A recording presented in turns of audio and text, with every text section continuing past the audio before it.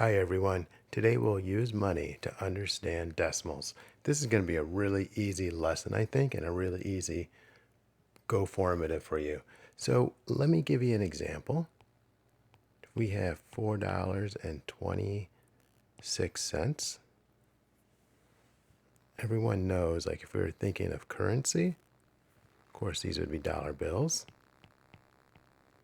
And the 2 right here would be dimes.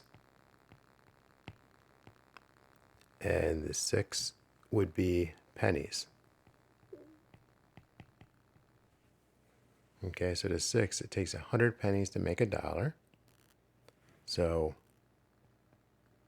and a dollar is our whole here. So this would be hundreds.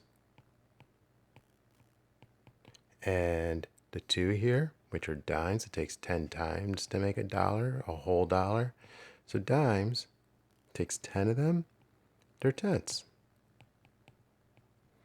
And of course, these are our wholes.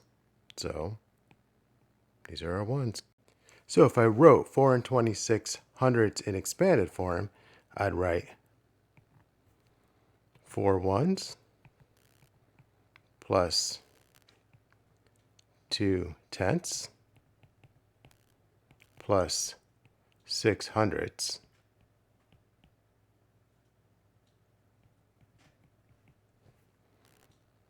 I could say 4 plus 2 tenths plus 6 hundredths.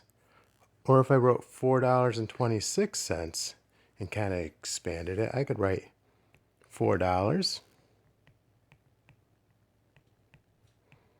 plus 2 dimes, dimes are like tenths, plus 6 pennies, and pennies are hundredths.